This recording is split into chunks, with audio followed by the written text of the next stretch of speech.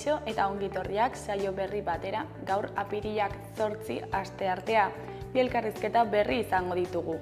Alde batetik, Miren Elizalderekin egongo gara, Zubizan herrian bizi dena. Apirilaren 12an, larunbat honetan, txapelarrok jaialdia egingo dute Zubizan herrian, 4. urtez jarraian. Eta honen inguruan hitz egitera dator. Eta beste alde batetik, June San Millan eta Amets Aznarez izango ditugu. Geltoki eta Reas Nafarroako kideak direnak. Geltoki eta Reas Nafarroak elkarlanean tresnak zikloak prestatu dute eta honen inguruan hitz egitera datoz. Baina bi elkarrizketa hauekin hasi baino lehen, goazen gure betiko edukia ikustera.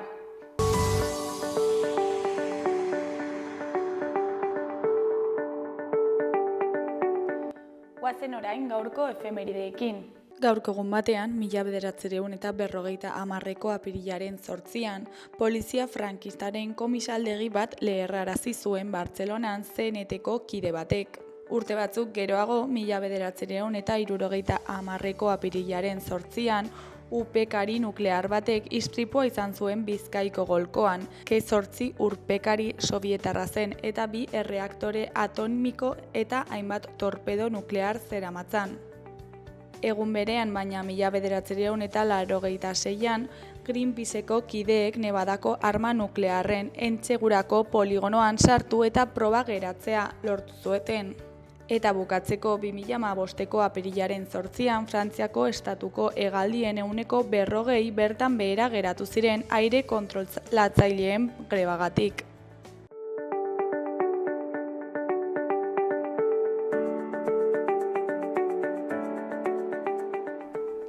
Aste honetarako agenda errepasatuko dugu orain. Asteazkenean eta zu nire kumea izeneko ipuin kontaketa egongo da Arrosadiako udal liburutegian. Arrosadiako liburutegian arratsaldeko 5:30 ipuin kontaketa eta sormen tailerra antolatu dute. Eta zu nire kumea kontakizunak ama batek seme alabekiko sentitzen duen maitasun eta senezko atxikimenduaren istorioa kontatzen du. Animalien ezaugarriei buruzko metaforen bidez. Nerea Hansok idatzi eta Janira Kalbok ilustratutako liburua da. Irakurketa euskaraz egingo da eta tailerra elebiduna izango da. Ostegunean literatura unibertsala euskaraz izeneko mahai ingurua egongo da San Frantziskoko liburutegian. Literatura unibertsala euskaraz mahai inguruan parte hartuko dute Arkaitz Kanok eta Isabel Etxeberriak eta Ima Erreak gidatuko du. San Frantzisko liburutegian arratsaldeko 6:30. Larun batean, alde batetik, Jus Larrotzako Zibiboxean arratsaldeko 6etan museoaren zaindariak izeneko animazioa egongo da. Beste alde batetik, Zabalguneko Zibiboxean goizeko 12etan ipuinak kontatuko ditu Maitane Perezek.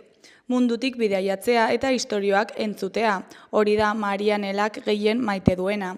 Entzun eta kontatu, kontatu eta entzun. Urrutietako istorioak leku berrietara eramatea eta pertsonek elkar hobeto ulertzen laguntzea. Mundua leku eskuzabalago eta irekiago bat izateko. Goazen elkarrekin bidaiatzera.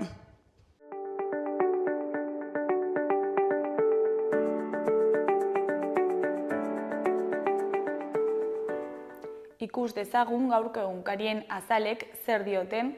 Diario de Notiziasen titular nagusian Bruselak Estatu Batuetako ondasunen 10% eta 25% muga zergak proposatu ditu lehen erantzun gisa. Horrela Europar Batasuneko altzairuaren eta aluminioaren tasari erantzuten dio. Von der Leyenek ondasun industrialen gaineko elkarrekiko muga zergak ezabatzea eskaini du. Trumpek 40% muga zerga gehigarriarekin mehatxatu du Txina. Astelehen beltza IBEX indizeak 2. erorketa txarrena izan du. Nafarroak enpresei entzungo die neurriak hartu aurretik. Argazki nagusian errando dugu ligan bere lehen gola sartu zuena, damutu eginda Osasunak beste berdinketa bat eman ondoren. Titularrean Osasunak historia bera errepikatu du. Partidua dominatu lehena izan gola sartzen eta azkenean berdindu egin zuen Leganesen, penalti zentzugabe bat eginda. Hori koloreko beste berrian, itzulia Iruñetik irten da eta Lodosan du helmuga. Erdiko berrian 16 eta 30 urte bitarteko 10 nafarretik 7 diote sexu abusua edo indarkeria jasan dutela. Eskuineko berrietan, alde batetik, osasun mentaleko patologiek eragindako bajak 27,3 igo dira Nafarroan. Beste alde batetik, Baigorrik hilaren 27an ospatuko den Nafarroaren eguneko ekitaldiak jarriko ditu abian. Jarraian, Nafarroako elikagaien enpresak merkatu berriak aztertzen ari dira. Bukatzeko, medikuen sindikatuaren grebak 127 kirurgia eta 2700 kontsulta eten ditu. Diario de Navarraren titular nagusian, Trumpen mugazergek burtsa ondoratu dute berriro. IBEX 35ek 11,7 egin du behera 3 egunetan. Bruselak industria ondasunen kargak kentzea eskaintzen die Ameriketako estatu batuei. Kargei emandako erantzunak PSOE eta PPra hurbiltzen ditu. Nafarroak kaltetutako enpresetako laguntza fiskalak aztertuko ditu. Argazki nagusian Jorge Herrandok 0-batekoa egin zuen Leganesen. Bere lehen gola izan zen lehen mailan eta puntu bakarra lortzeko balio izan zuen. Titularrean garaipena ez da iristen. Puntu gutxiegi osasunarentzat berriro ere abantaila alferrik galdu duelako. Eskuineko berrietan, Goikoan Nafarroko 10 gaztetik 2 pornografia ikusten dute astero. Behekoan, poliziak 17 erasotzaile eskumuterrekoarekin kontrolatzen ditu Iruñean. Goiko berrietan, alde batetik tabernak musikarik gabeko gaueko 11etan ate bikoitzarik gabe. Beste alde batetik Aiozko urtegiak aparkalekua berreskuratu du. Azkenik, jaso zaharra epaitegietatik ateratzea. Gararen titular nagusian Wall Streeteko pisu astunek Trump gaitzetsi dute burtsaren kaosaren aurrean. Finantzatzen arloko ahots baimenduek ohartarazi dutenez, gerra komertzialak eragin gogorra izan zuen munduan eta baita Ameriketako estatu batuetan ere. Argazki nagusian Maximilian Churchman Soldat Kick Step taldeko txirrindularia dugu. Titularrean ez Churchmanek garaipena lortu du itzulian. Eskuineko berrietan alde batetik Ameriketako estatu batuek Irakekin hitz egingo du larunbatean programa nuklearrari buruz. Beste alde batetik azken 10 urteetan 614 lagun hil dira lan istripuetan Euskal Herrian. Jarraian Amaia Zabartek epaitegian deklaratu du zauritu eta 13 hilabetera. Bukatzeko Roberto Ugartek Oriol Roch ordezkatuko du Euskadiko orkestran. Berriaren titular nagusian Trumpen mugazergek zurrunbiloa eragin dute mundu osoko merkatuetan.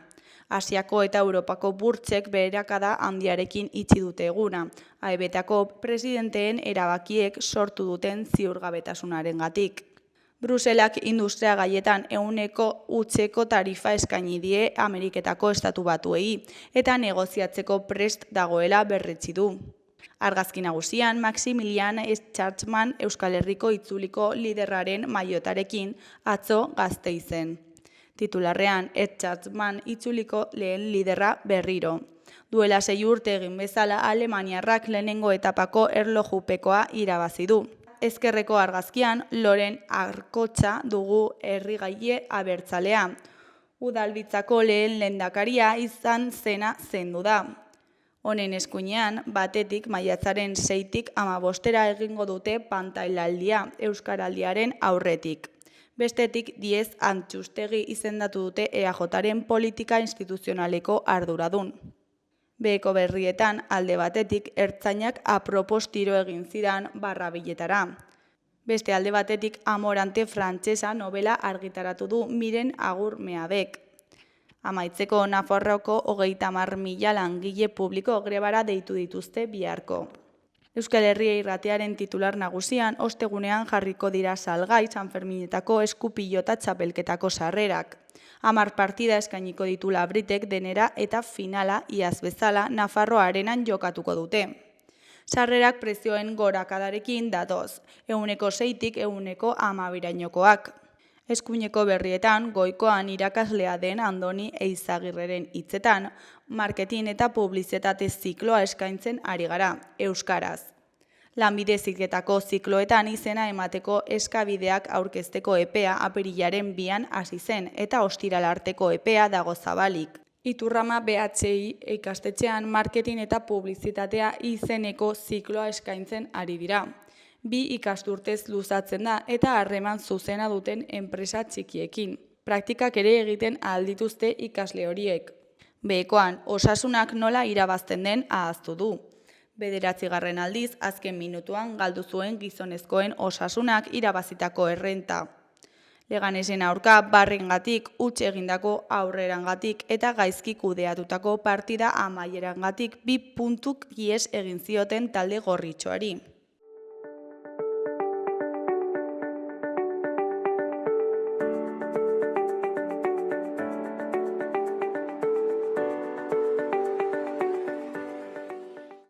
Kaixo, lehen aipatu dugun bezala, orain Miren Elizalderekin gaude. Kaixo, zer moduz, Miren? Ongi, zer moduz. Oso ondo baita ere. Bueno, larunbat honetan, apirilaren 12an, Zubizan ospatuko den txapelarrok jaialdia orkestera zatoz, ezta? Hori da, hori da. Eta, bueno, zertan datza txapelarrok jaialdia, kontatu duzu pixka bat? Azkenean txapelarrok jaialdia bere izena arraten duen bezala, jaialdi bat da, rock talde batzuk etorriko dira, eta hori, da egun bat antolatu zutena lagun batzu, ongi pasatzeko, eta eritasunari buruz pixka bat ikusgarritasuna emateko. Eta Anela Nafarroarekin elkarlanean egindakoa da, ezta? Anela elkartek egiten dituen ekintzak, beraiek antolatzen dituzten ekintzak 2 dira bakarrik. Futbol txapelketa bat egiten dute, Elizondo eta Donosteben, eta gero Gultzamako golf klubean ere egiten dute beste ekitaldi bat.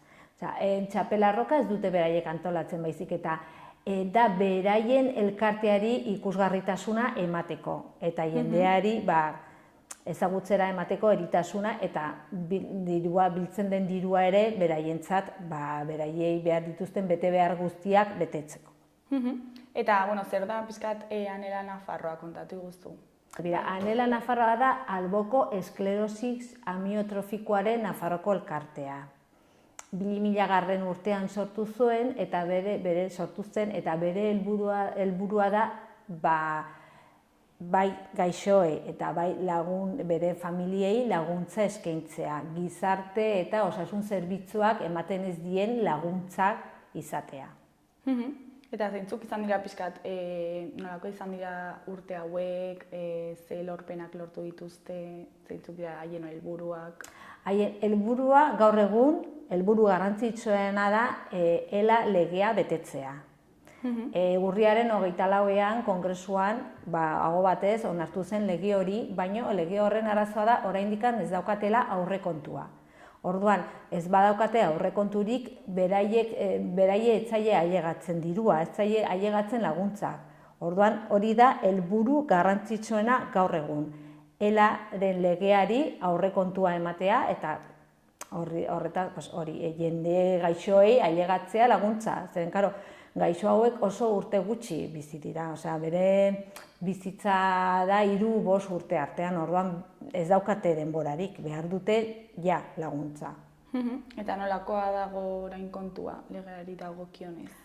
Momentuz ez dute deus egiten, onartu zen, oso ongi, denak oso pozik, baina oraindik ez dute aurrekontua eman, orduan jarraitzen dute berdin, orduan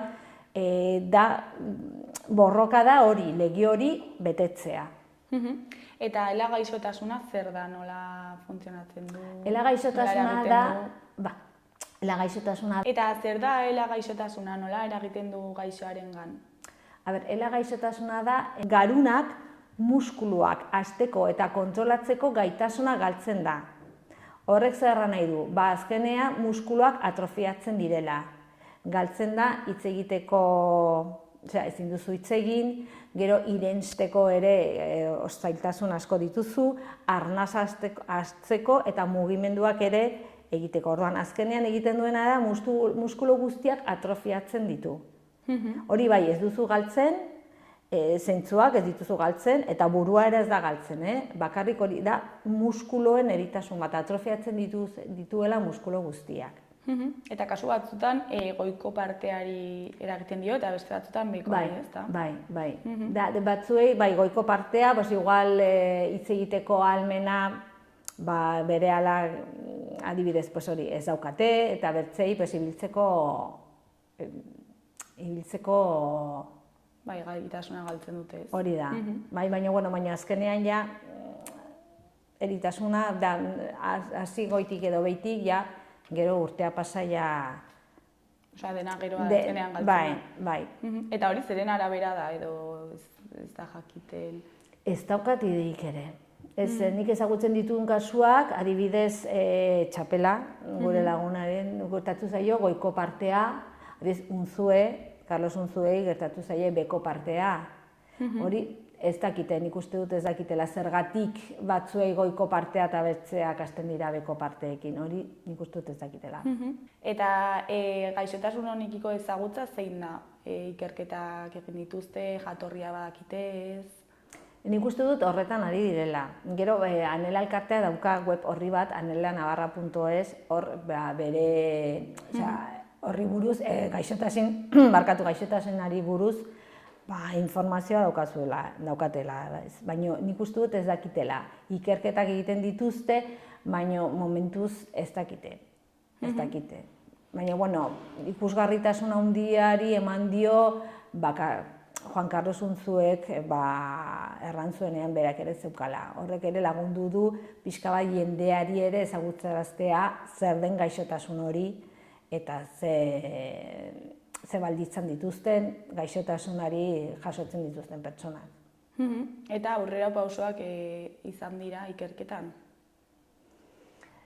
Pues ez dakit, nik hori nik uste dut informazio guztia hori web horrian daukatela, baina asuntua da dirua behar dutela ikerketentzat eta hori da falta dena.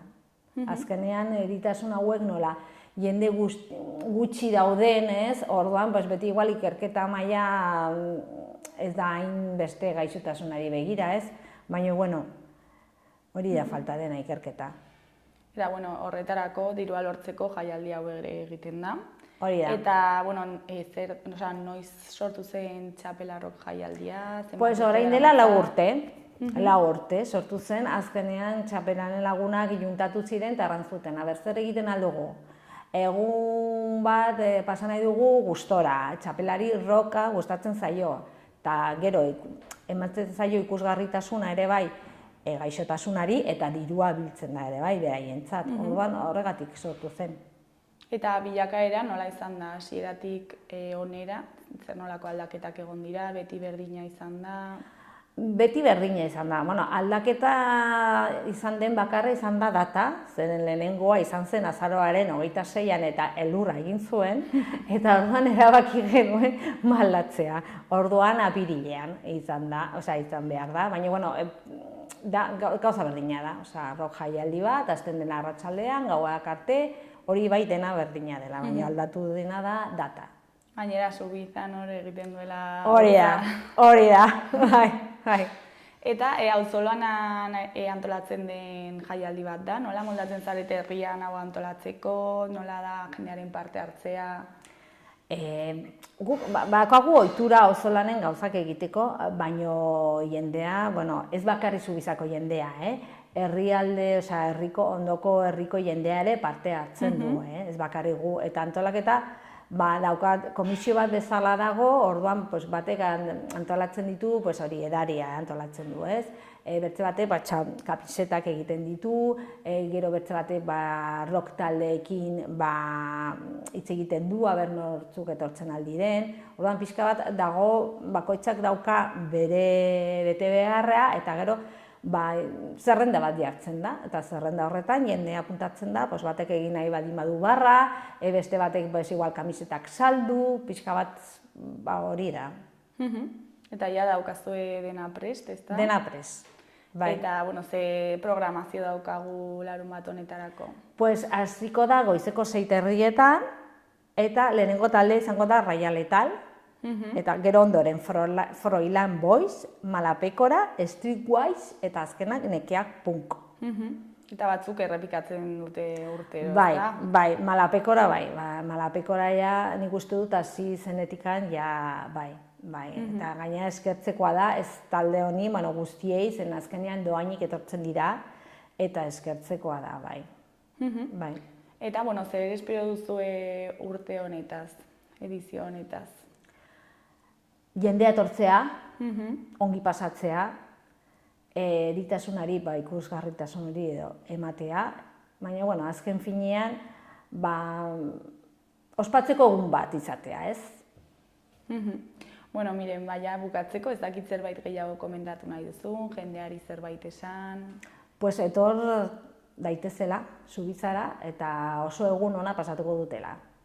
Primera, miren, mila esker gurekin hitz egiteko tartetxo bat ateratzeagatik, eta ea zer moduz pasatzen dugun larunbatean. Oia, mila esker, mila esker zuei. Ben, agur. Agur.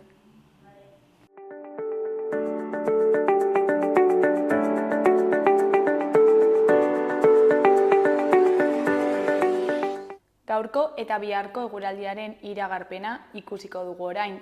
Gaur, asteartea, ildo beretik jarraituko du eguraldiak eta eguzkia izango da jaun eta jabe. Goizean kantauri isurialdean behe-hodeiak eta lanbroa agertuko dira, batez ere kostaldean. Egunaren amaieran, goi-hodeiak ugaritu egingo dira. Haizea aldakor hegoaldekoa nagusi eta arratsaldean brisa ibiliko da. Temperatura maksimoek gora egingo dute, hego-ekialdean izan ezik, han berdintsu jarraituko dute. Asteazkenean udaberri giroak jarraipena izango du, baina zerua ez da hain garbi egongo. Hasieran erdi mailako hodeiak eta goi-hodeiak sartuko dira eta arratsaldean bero-hodei batzuk sortuko dira. Hala ere, ateri eutsiko dio eta giroa eguzkitsua izango da. Arratsaldean haizeak iparrukitua hartuko du. Temperatura minimoak igo egingo dira eta maksimoak apur bat jaitsiko dira.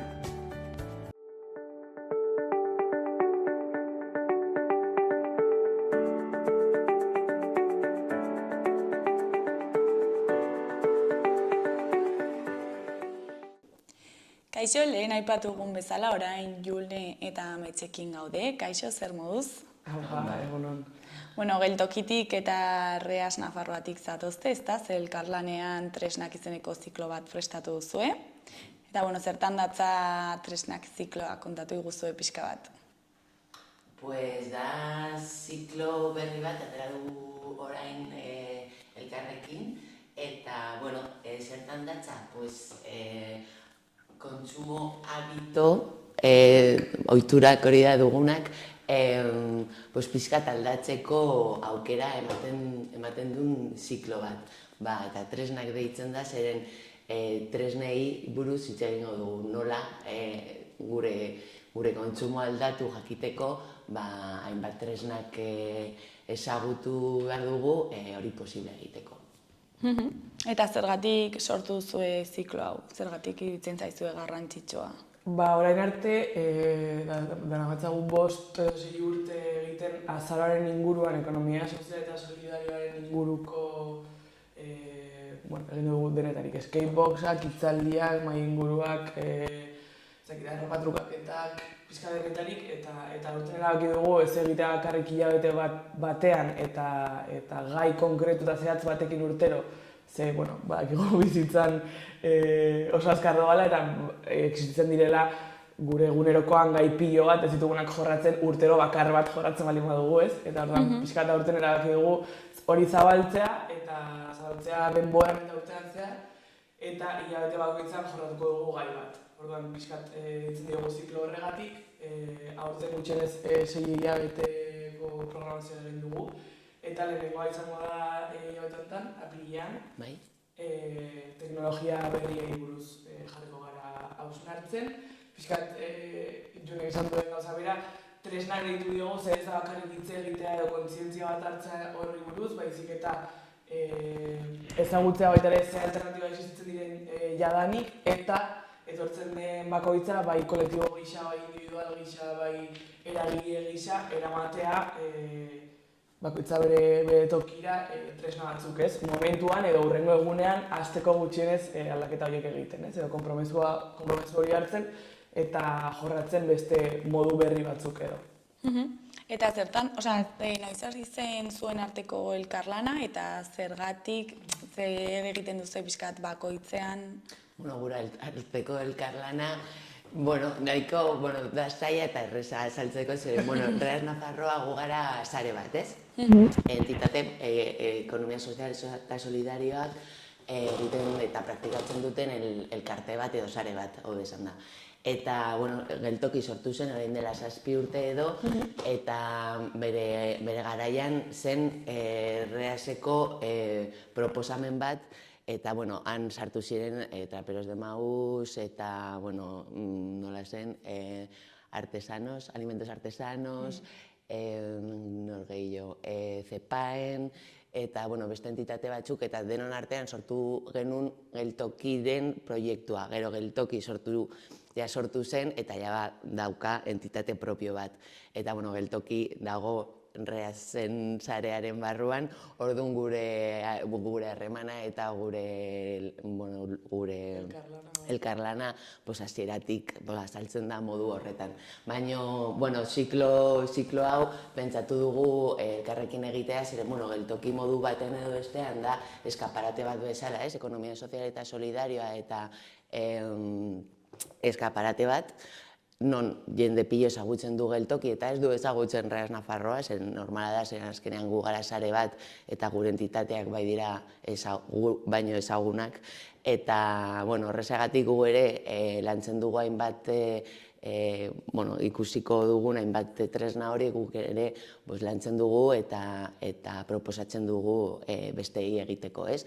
Orduan handik ikusi genuen oso ideia ona zela elkarrekin ziklo hau burutzea, ez?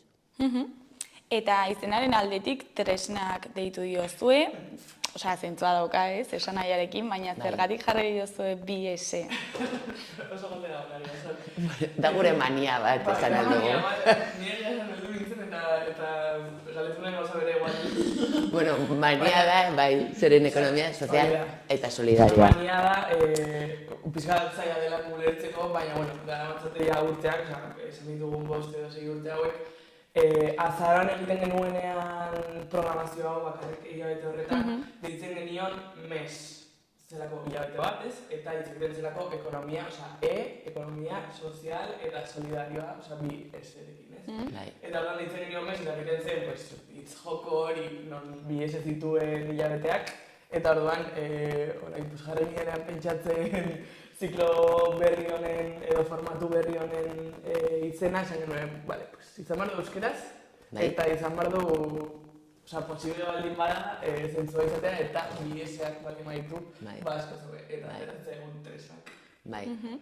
Horrela zaizue azten, sozial eta solidario. Hori da, ekonomia sozial eta solidario. Eta markatu dituzue helburuak ziklo honetarako, helburu zehatzak?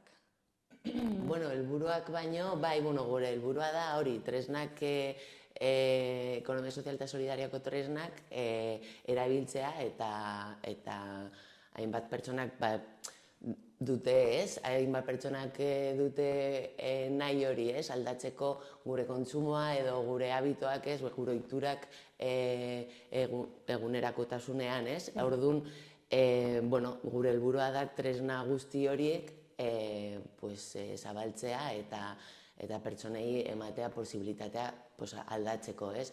Desgoogleizazioa izango da apirilaren helburua edo, eta teknologia berriak ere ezagutzea, ez? Sare soziala berriak, desgoogleizazioa, eta hainbat tresnak daude hori egiteko, baina egia da, batzutan zaila da ezagutzea eta batzutan ere zaila da gero praktikan jartzea. Orduan, saiatu nahi duguna da hori dena ematea modu oso errez batean, ez? Bai, gure pizkat helburua edo nahia sortzen da beti nintzen garela eta hori osantzekoa da, baina beti egite ditugula formatu berdintxo batzuk, ez? Hitzaldi bat etortzen diren bi pertsona jakintxu edo horri buruz asko ikasioten bi pertsona eta entzuten diegu eta askotan geratzen zara pizkatan kamotz, zer duzu, ostras, oso interesgarra izan da, baina hau nola eragin dezake nire auzoan, edo zer egin dezake nire etxean, edo zer egin dezake nire lagunekin hori buruz hausnartzeko, eta aldaketa benetazko aldaketa egiteko, ez, edo eragiteko.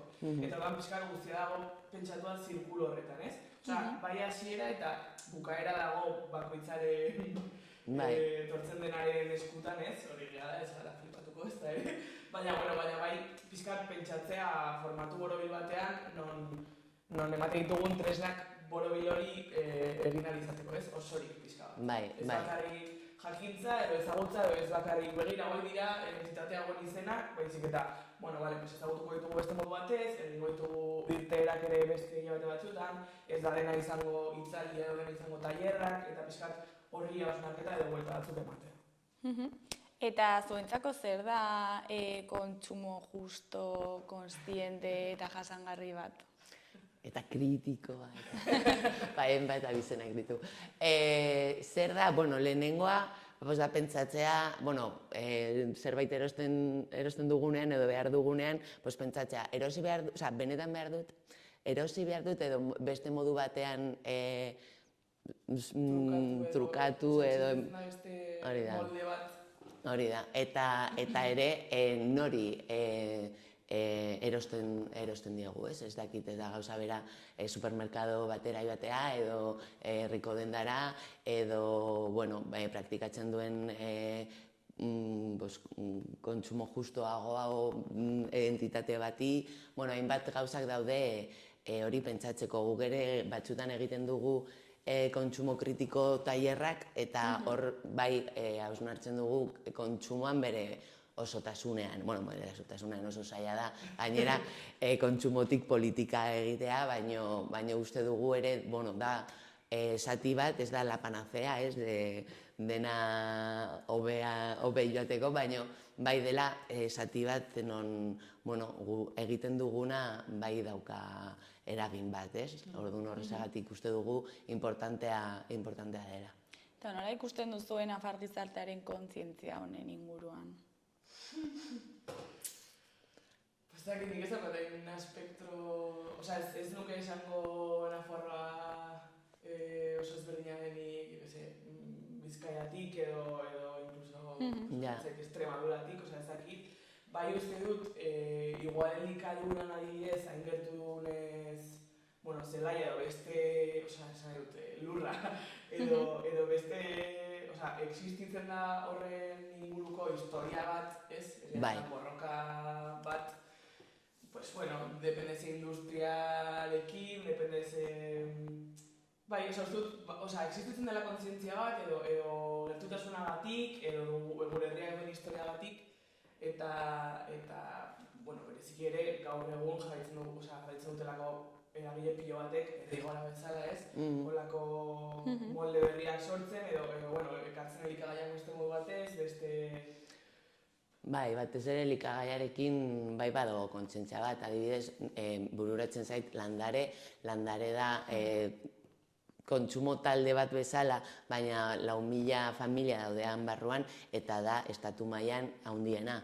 Eta dago hemen, Iruin herrian. Orduan hori nik uste dut zerbait esan nahi du, baino bai egia da, normalean, ez dakit, jende guztiak daukagu maila Googleen, ez? Eta, bai, badakigu Google, zer den, baina, a morir al palo, ez? Orduan nik uste dut horrezagatik ona da jakitea hainbat tresnak daudela eta erabilgarriak dira eta ja existitzen dira, ez? Ez duzu asmatu behar, ja existitzen dira, baina normalean ez dira ezagutzen. Eta handik gure ziklo hau. Bai, uste dut egin dagoela diferentzia bat, askotan hitzetik dugunan gauzak, pentsatzen dugu norbait konbentzitu da dugula zeo zer gaizki egiten ari dela, ez? Eta uste dut, hau ez doaren beste filosofia horretatik, baizik eta ja zerbait piztu zaion norbaiti, ez? Pixka bat inkomodo edo, pixka bat inkoherentzia sentitzen duen pertsona hori zuzenduta dago, ez? Bai. Bale, nik argi dut, igual, Gmaila erabilko dut, ze lanean Gmaila erabiltzea derrigortzen daute, baina igual hasi naiteke Linuxekin, Ubunturekin, jo que se, edo utziko dut X eta joango naiz Mastodonera, edo, pixka bat, como prozesu horretan ez, edo mugimendu oreka ezberdin horretan mugitzen ari den pertsonei dela, ez? Osea, askotan esaten dugu, tenemos que convencer, eta gero, entonces den jendea, ja dauka hori, edo badaki zer den, ez? Existitzen da kontziente bat, ze bestela oso zaila da zu joatea inguru batera geltokira, itzetera, ez dakit. Bai, guztiz adoz. Inosi buruz, ez? Eta da pixkat, horri buelta ematea eta horri jarraitzea, ez? Osea, prozesu, pertsona horren hasierako prozesuari pixkat, ematea pausotxo batzuk. Eta gero ere jakin behar dugu denak ditugula inkoherentziak, ez? Claro, bai, eta purutasuna eta eguneko eguna, ez du ezertarako balio ze gaur egun ez da posiblea. Baina horrek ez duela egin behar, pentsatzea, ezin dugula beste modu batez pentsatu, beste modu batez bizi edo sortu gauza berriak, edo kritikoak izan gure kontsumo goiturekin. Ni behin nintzen nuen esaldi bat zela, boste kontraesanak baino gutxiago da fundamentalismo. Osea, que lasai denok dugula, baino, bai, noski baietz, baino, bueno, pizkanaka ere, gauzak pizkak aldatzen, ez? Eta beste modu batean gauzak egitea. Gero onartu behar da, eta gero hortatik ikasi. Hori da, eta pizkanaka egin behar den zerbait da. Osa, ez da, batean den aldatu behar duzula, zer eta gazagol berloka, baina hori pizkanaka bai posiblea dela eta satisfazio pilo ematen du ere, ez? Eta, modu divertigarria ere batean ere egin alda, ez da, dena, en plan, ostras, hau egin behar dut, ez gaizki, ez. Osa, justo buelta eman nahi dugu hori, ez? Eta pixkatzuk ere lehen esan duzun gauza bat, ez? Jende asko entzuten duela politika ditzen ematen dio pereza, baina eske politika gaude egiten egunerokotasunean bereziki gure kontsumarekin zer da, bidaia, 2 minutura egiten dugun zerbait, gaur egunez, eta orduan horri erreparatzea ere beharrezkoa da. Eta bizkat, ziklora bueltatuta, bloke ezberdinetan banatu duzu, ezta? Eta, ze bloke dira, zergatik hautatu dituzue, ezakit, bertan jorratzen diren gai horiek? Lehenengoa izango da interneta, sare sozial berriak, teknologia berriak, eta bai, hasiko da datorren astean, hau da pirilaren 15ean, astelehenean geltokin, etorriko da Marta Franco eta Carlos Liberal, eta, haiek desgugelizazioari buruz hitz egingo dute, eta sare berriari buruz hitz egingo dute, eta gero datorren astean ere astelen batean geltokin egingo da tailer bat deitzen dela Linux erabiltzeko ez zara experto teknologiko izan behar, eta nahiko, oso komplikatua izan alda, baina ere oso simplea izan alda, zeren badago hainbat formato edo nola ditzen dira, nien naiz oso teknologiko, baina sistema operatibo desberdina eta software desberdina eta software libre desberdinak, eta gure ordenagailuan ez da zaila izatea Linux bat eta ez Windows, ez? Orduan, izango da tailer bat, tailer praktiko bat, jendeak ekarri aldu bere ordenagailua eta izango da install party bat bezala, baina ez justu install party, baina posibilitate hori ere egongo da, ez? Bakoitzak bere ordenagailua ekarri eta Linux bat jartzea. Ez dakienarentzat barkatu, Linux da Windowsen alternatiba. Bai, eta existitzen da orain dela urte pilo, eta gainera software libre delakoa, egia esan Windows erabili du Linuxen tresnak, gero bere tresna propioak eta de pago sortzeko, ez? Eta hori gertatzen da. Eta, hainbat modu desberdinak daude eta oso erabilgarria da. Betidanik erabili dut Linux, baina egia da jende batzuei ematen dio baina hori egiteko, izan behar zara, ia hacker bat, zeren nahi kodigo jarri behar da, eta ez da egia. Eta, eske, badago hainbat mitoak Linuxen inguruan, eta pizka da ere desmontatzeko, eta nik uste dut nahiko interesgarria izango dela. Eta gero ja, urrengo hilabetean izango da elikaduraren buruz. Egia esan, erabaki ditugu gaiak, gure eguneroko kontsumoan pentsatuta esan nahi dut.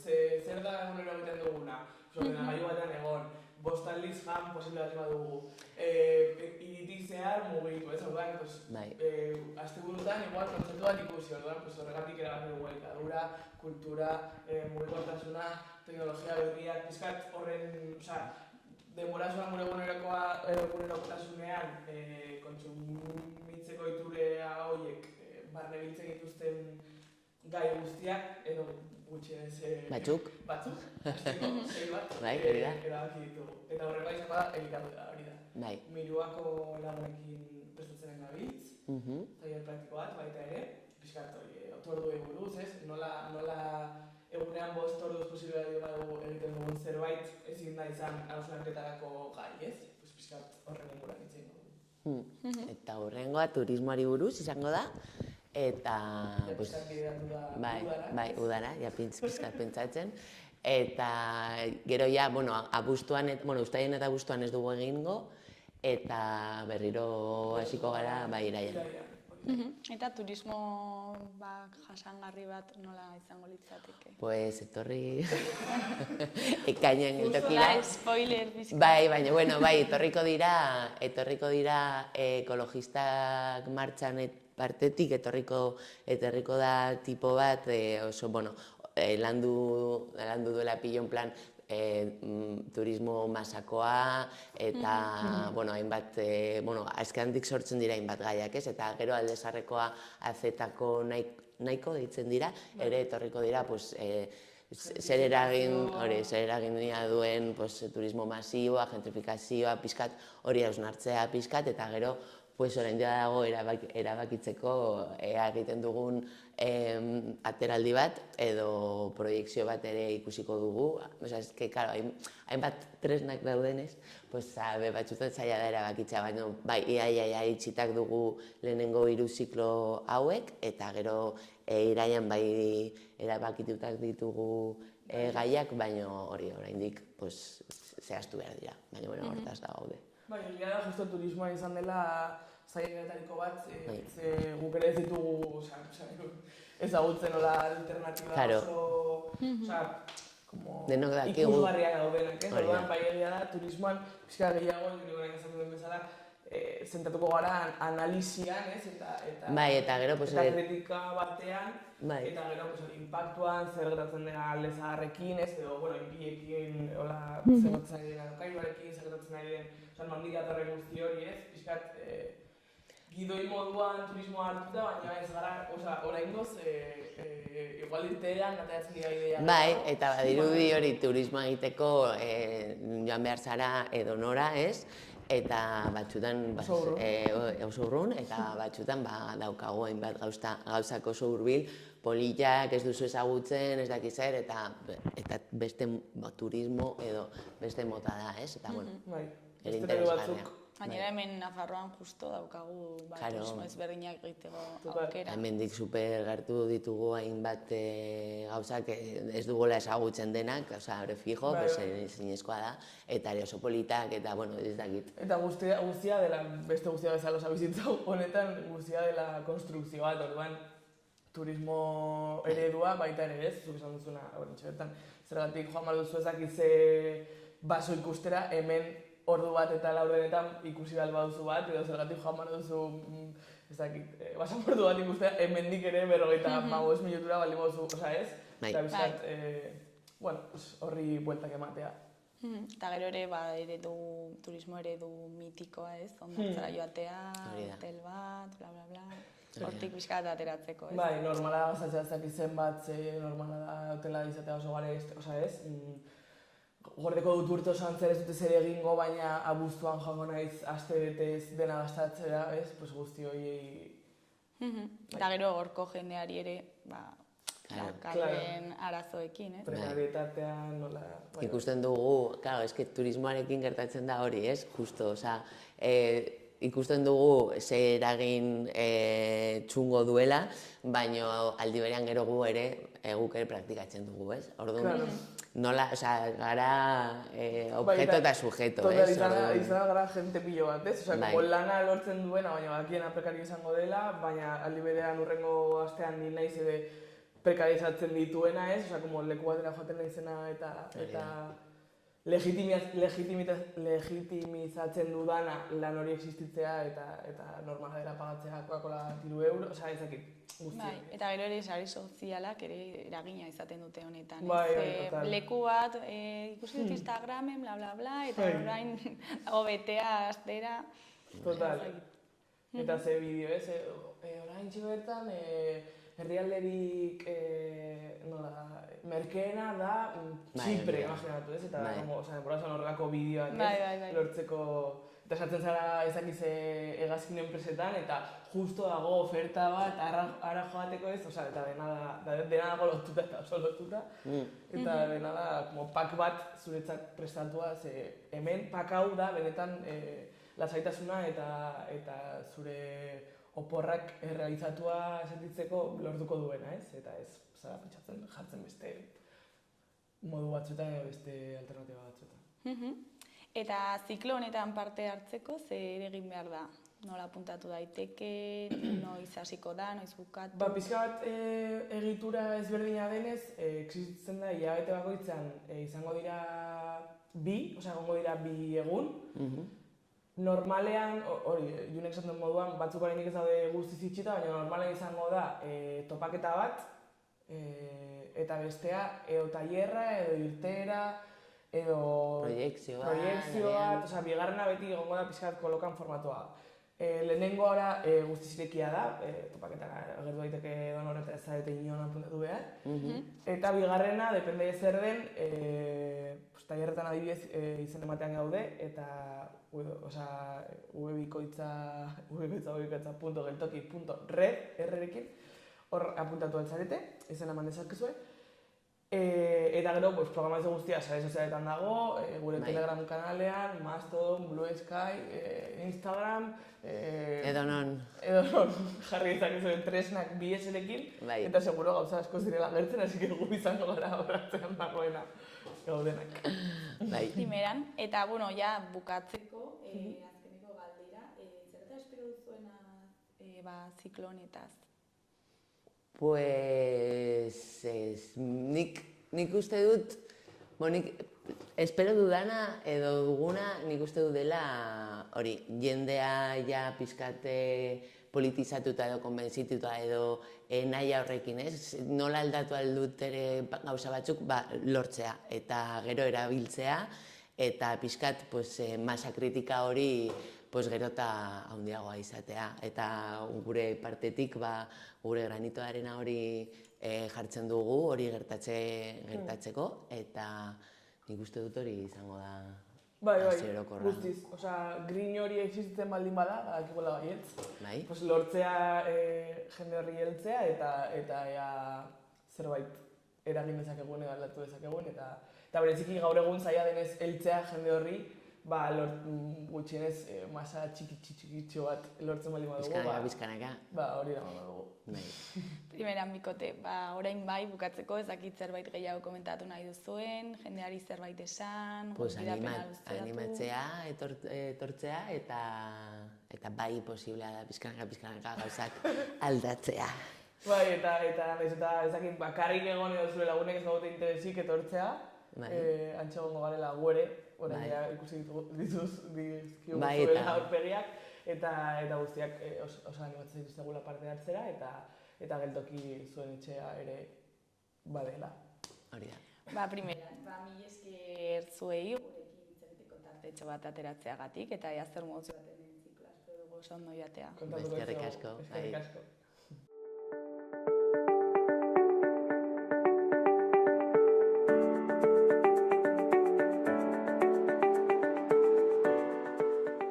Gaurkoz hau izan da dena, bihar itzuliko gara eduki eta elkarrizketa berriekin. Mila esker zuen arretagatik, egun ona pasa, agur.